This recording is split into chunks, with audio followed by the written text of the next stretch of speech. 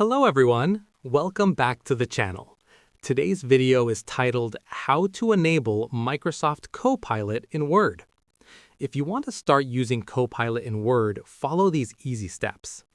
First, make sure you have the latest version of Microsoft Word and an active Microsoft 365 subscription. If you're using Word through your company, you likely already have Copilot included.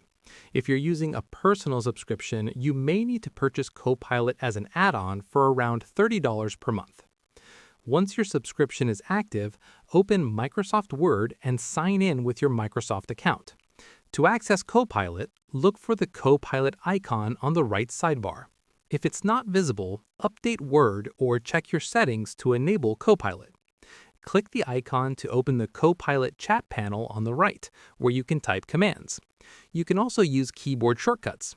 On PC, press Alt plus I. On Mac, press Command plus I. This opens the Copilot editing window, which integrates directly with your document.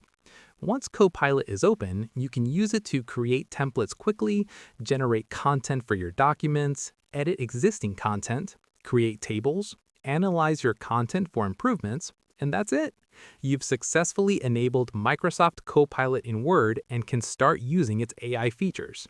If this guide helped, don't forget to like, subscribe, and turn on notifications for more tips and tutorials. Thanks for watching, and I'll see you in the next video.